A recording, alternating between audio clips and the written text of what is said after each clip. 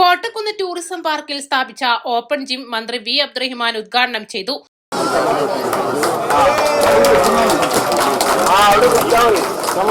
മെച്ചപ്പെടുത്തുന്നതിന്റെ ഭാഗമായി അവരുടെ കായികക്ഷമത വർദ്ധിപ്പിക്കാനുള്ള ധാരാളം നടപടികൾ ഇപ്പോൾ നമ്മൾ എടുത്തു വരികയാണ്.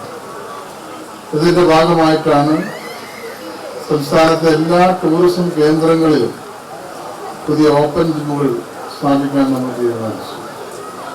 അതോടൊപ്പം തന്നെ സ്ഥലം ലഭ്യമാകുന്ന കഴിയുന്നത്ര സ്ഥലങ്ങളിലും ഓപ്പൺ ജിമ്മിന്റെ നിർമ്മാണം നമ്മൾ നടത്തി വരികയാണ്.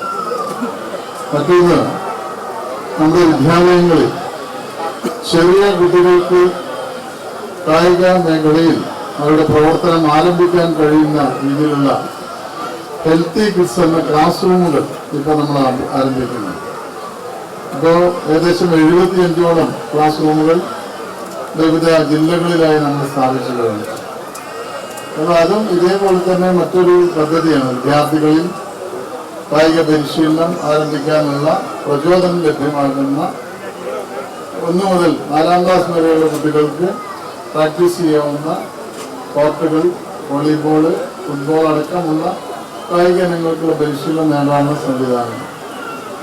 അതോടൊപ്പം ധാരാളം ജിമ്മുകൾ നമ്മളിപ്പോൾ തുടങ്ങിയിട്ട് ഇപ്പോൾ മലപ്പുറത്ത് തന്നെ ബഹുമാനപ്പെട്ട MLA-യുടെ ആവശ്യപ്രകാരം ഒരു ജിം നമ്മളിവിടെ ആരംഭിച്ചു. ഏകദേശം 1,10,00,000 രൂപ ചെലവിലാണ് അതിന്റെ നിർമ്മാണം നടത്തിയത്.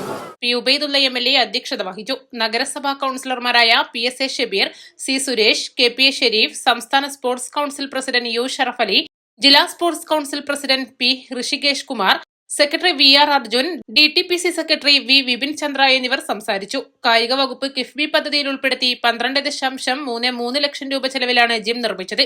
ഇന്റർലോക്ക്, നെയിം ബോർഡ് എന്നിവയ്ക്ക് 6.37 ലക്ഷവും ഉപകരണം സ്ഥാപിക്കാൻ 5.95 ലക്ഷം രൂപയും ചിലവഴിച്ചു. കുട്ടികൾ മുതൽ പ്രായമായവർക്ക് വരെ ഉപയോഗിക്കാവുന്ന രീതിയിലുള്ള ഉപകരണങ്ങളാണ് ഇവിടെയുള്ളത്. 10,000-ഓളം ചതുരശ്ര അടിയിൽ ഇന്റർലോക്ക് വിരിച്ചാണ് ഓപ്പൺ ജിം ഒരുക്കിയിട്ടുള്ളത്. Air walker, chest press, triple twister, leg press, rover, shoulder, builder, situp board, skywalker, surf board, cross trainer, back extension, pushup bar, arm pedal bike, horse rider, single bar എന്നിങ്ങനെ 15 ഉപകരണങ്ങളാണ് ജിമ്മുകളിൽ സ്ഥാപിച്ചിട്ടുള്ളത്. Sports Kerala ഫൗണ്ടേഷനായിരുന്നു നിർമ്മാണ ചുമതല. East live, Malappuram.